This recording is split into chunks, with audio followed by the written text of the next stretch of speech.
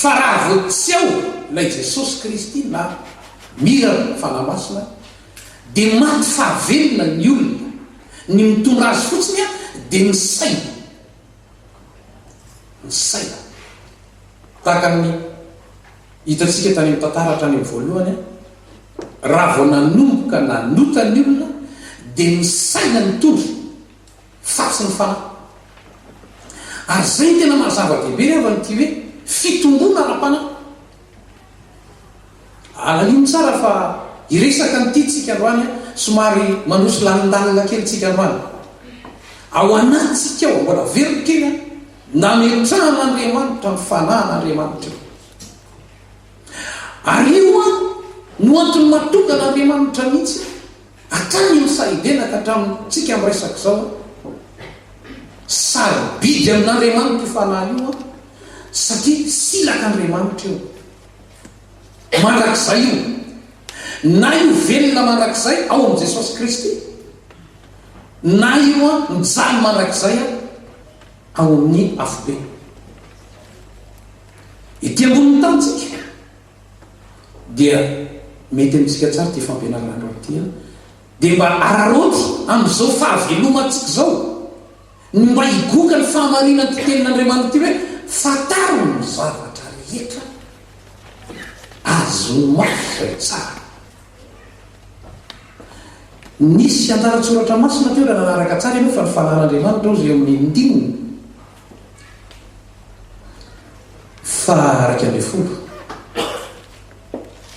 fa 1 dia mamantatra ny zavatra rehetra na dia sain-dalin'Andriamanitra azy zay rivinareo tsara nafeniny zany fahalalana zany tamin'ny andro taloha nafenin'Andriamanitra mihitsy jerevinareo tsara nge masarobidy ry havany zany hoe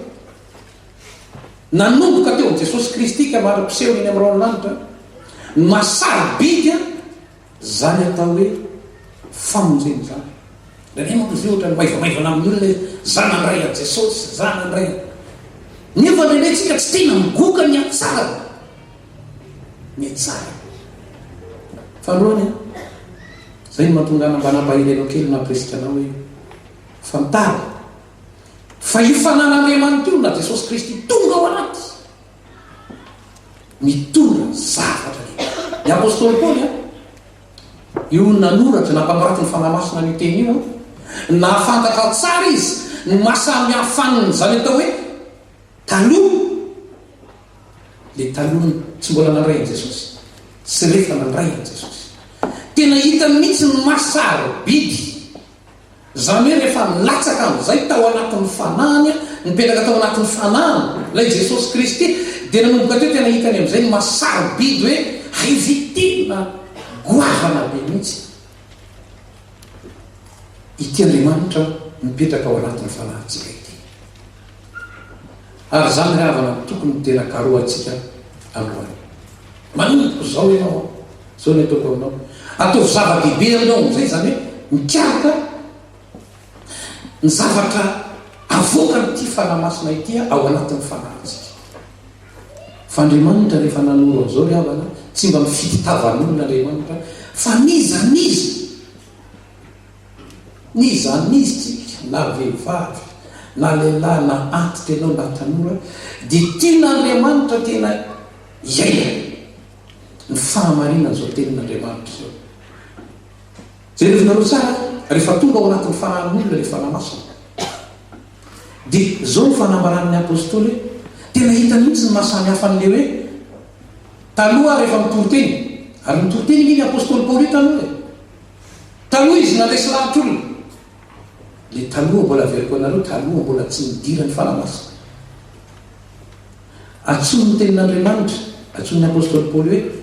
teny fahendrena mahatao io teny fahendrena mahataony io ry havana dia zao vokatra teraky ny fahaizana ara-pahalalana fotsiny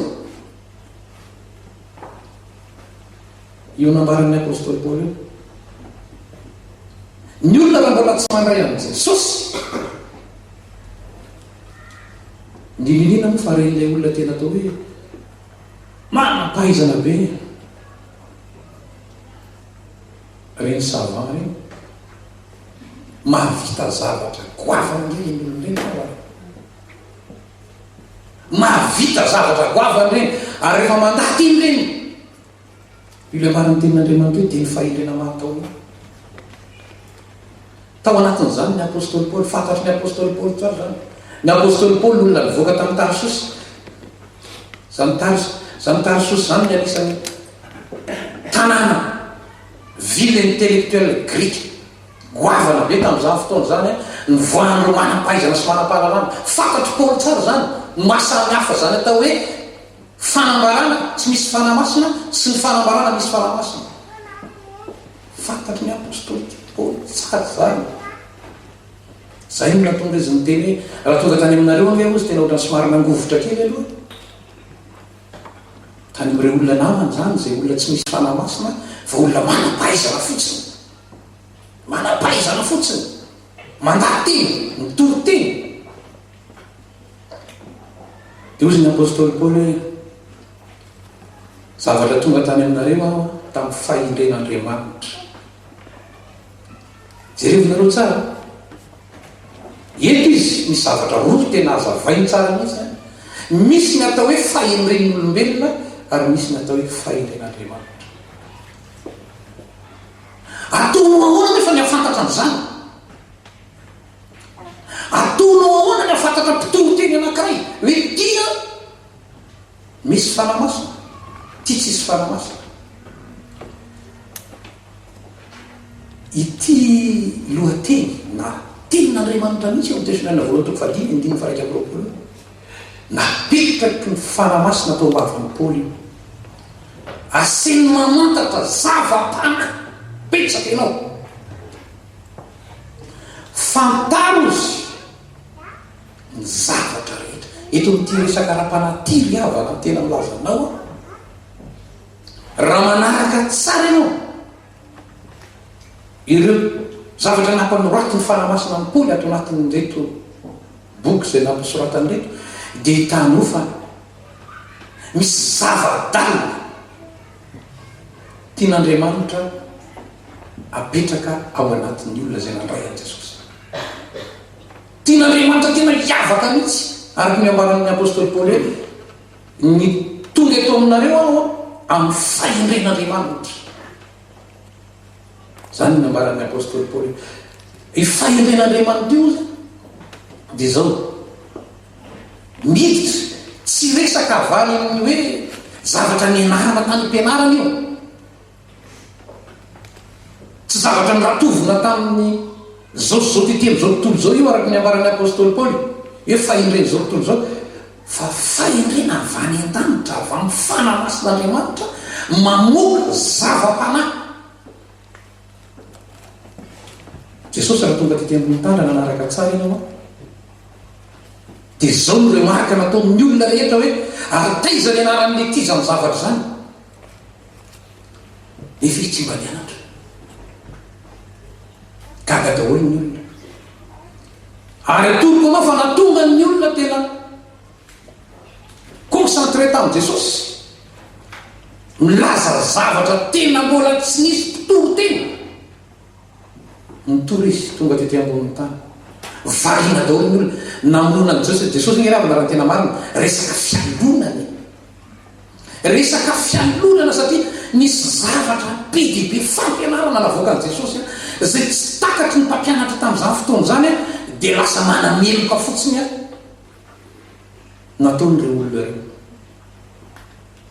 tsika ry ala zanak'Andriamanitra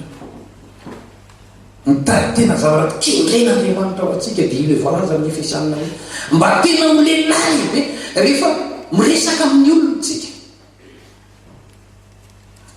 miresaka n'izany Andriamanitra zany miresaka n'izany hevitr'Andriamanitra zany ataovy tena hita mihitsy tsika hoe lehilahy lehibe sy vehivavy lehibe misy n'izany atao hoe fanamasina zany zay mpanolontsaina mahagaga mpanolontsaina zany ozy ny apôstôly Paoly tsy zavatra tamin'ny nofo amandrano nazahoako an'izany itsika koa tokony hikaroka zanytsika, tokony hikaroka zanytsika. Iresaky kely azay mokotsika rehefa aveo hoe ahoana ny torolalana napetraky ny apôstôly Paoly ny fanamasina raha tena marina mba azahoantsika mitombo amin'izany zavatra zany. Fa itsika kristiana velona amin'izao vaninandro zao izao mba tsy takan'ireo korintianina. Ny korintianina